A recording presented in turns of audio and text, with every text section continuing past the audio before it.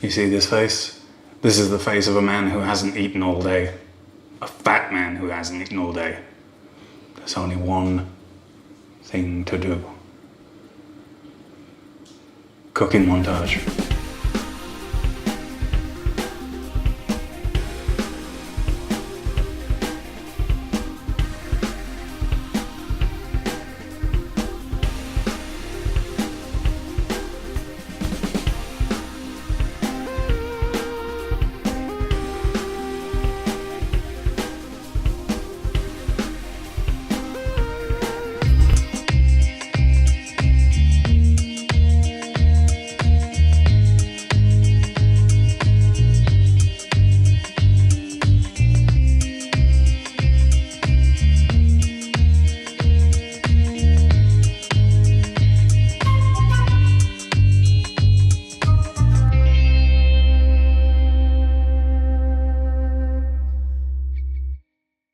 Hello and welcome to the end of day 18. It's not quite the end. I'm using a little bit of editing trickery to make you think that it's the end, but it's not. I still haven't actually eaten yet, but unfortunately I kind of screwed up all the timings. So even though it looks like I've cooked everything, haven't really.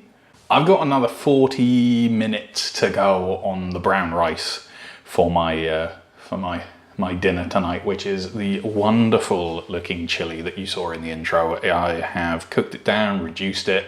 My wife and my son have already taken their fair share of it, along with some white rice that they had.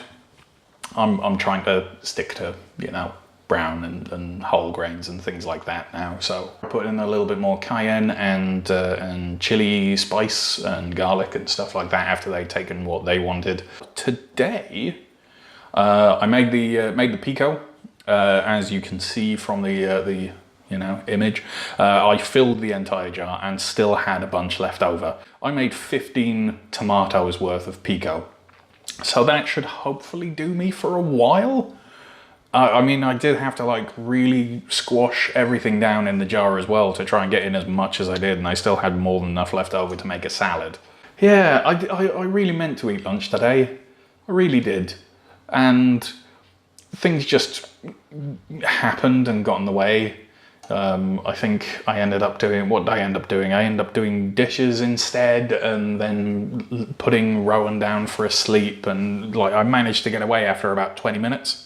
And what happened after I got out of the room? He woke up, let himself out and came running into the living room and has been grumpy all day ever since. A wonderful, wonderful time, and it happens occasionally. You know, it's just part of being a parent. Sometimes the routine is just thrown out the window by either external forces or, you know, in this case, the small internal force that is the boy, the toddler. End up going to Kaufland in order to buy a bunch of stuff.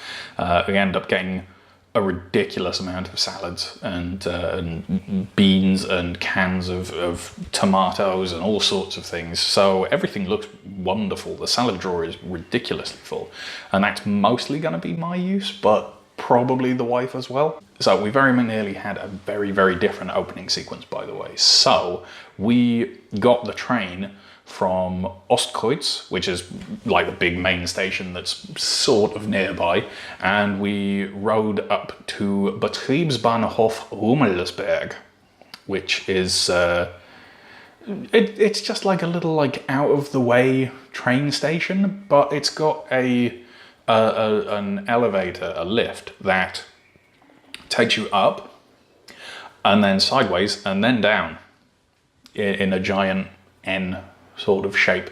And the first time that we ever used it, I didn't know that it did that. I thought it was just a walkway across the top. So it was like, you know, you ride up, you walk across, and then you take another lift down. So when it started going sideways, because I don't like heights, I freaked out. And we were basically gonna ride it and record it, but unfortunately it's broken at the moment. It's out of order, which is kind of sucky, but look out for that in the future, I guess, course, at some point we're probably going to go back there because there's a wonderful play area and a lovely little park and little stream and all sorts of things. So we'll probably walk by there again with the boy. That would have been a good one. I was looking forward to cutting that together. Not so much actually riding it, but you know, anything for the YouTubes. What else is going on? There's not a great deal, in all honesty. Today's been a really nice, chilled out Saturday. I found some recipes for curry, supposedly for a dal, but like a lentil dal sort of thing. But I doubt it. There's not a sort of distinction between the recipe that I found and just a generic Indian curry. Now we've got a cookbook that I loved using and I absolutely do still love using, which has like a curry base that you can make, and then from that curry base you can make like 60 or 70 different types of curry, all Indian. Like you can use it as a base for Chinese curry as well, if that's the sort of thing that you're wanting to do, and that is amazing. And because it doesn't actually use salt, I might dig it out again and use it for, you know, coming up with stuff.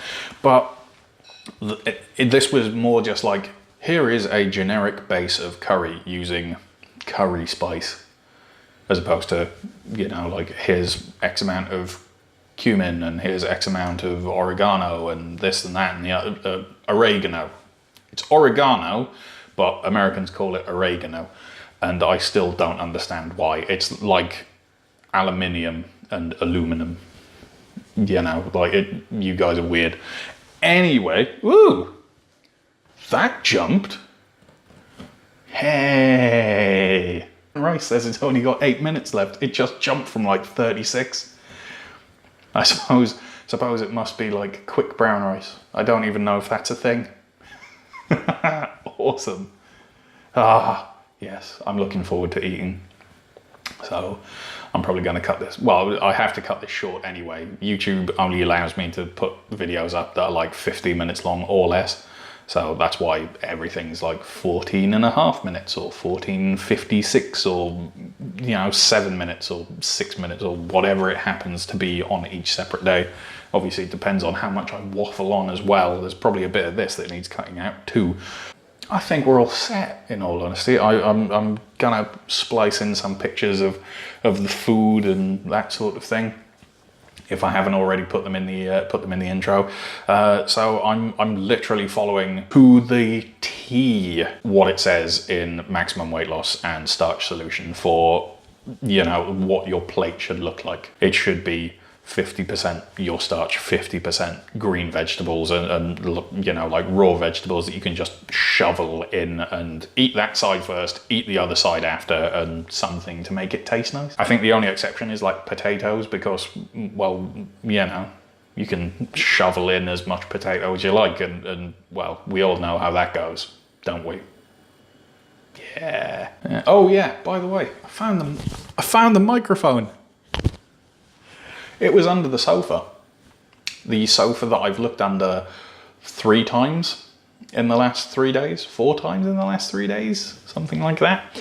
And it was in a spot where it actually was not before, because I've been under the sofa and I've lifted the sofa as well. And I've had, you know, the flashlight out and been looking and feeling my hand across the rug and the hardwood floor and everything. And it wasn't there. So the only explanation is it was hidden somewhere because, you know, it's in this little baggie. It's been hidden somewhere by either little hands or little paws, and then probably little paws have brought it into the room in the middle of the night and lost it under the sofa while playing. Yeah. Oh man. You've got to laugh, haven't you? So hopefully I don't lose it again. I'm gonna shove it out the way, and I might put it in my nerd cave on the tool wall. I need to record a video in there actually. You know, it's a little bit different to you know, the white wall of the kitchen with drying rack and snack stack, which is snacks. You'll notice some whole corn tortillas as well. I can make a burrito, but also birdseed, because you know we have lots and lots of birds outside, and we're on the ground floor, so why not? You know, winters do tend to be a little bit chilly over here. Unfortunately, summers are so much hotter than was advertised. I was told when I was looking at moving over here, you don't want to move to Germany, you don't want to move to Berlin. It's such a grey, dismal city. It's awful. It's always cold. It's always like grey skies and cloudy. Everyone's depressed. And you know what? That is as far from the truth. I nearly swore then. It's as far from the truth as you can get. It is very hot in the summer. I have no idea what it would be in Fahrenheit, but I know that it was definitely well beyond t-shirt weather and what I would call t-shirt weather. You know, that peculiar quirk of coming from the northeast of England, even though I don't sound like it, is you can literally go to the North Pole in nothing but a t-shirt and you don't feel it. It's not chilly. I was out with a friend of mine, Guy, when he came to visit, and we were walking around the city, and it was, I think, like -4, -5 Celsius, which I have no idea what that is in Fahrenheit. Someone can do the conversion if I don't. And I was still wandering around in just a single t-shirt and jeans and wasn't cold. And every single person that I saw, every single German, was wrapped up with scarves, gloves, hats, everything. I even had people say, "What's wrong with you?" Which does tend to happen. We went to Iceland for our honeymoon, me and Sigurda, and same thing happened there. I just wasn't cold. And every single one of the locals is wandering around like they're on an Arctic expedition, giving me funny looks.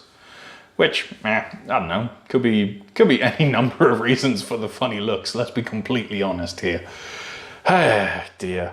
Dearie me. Right.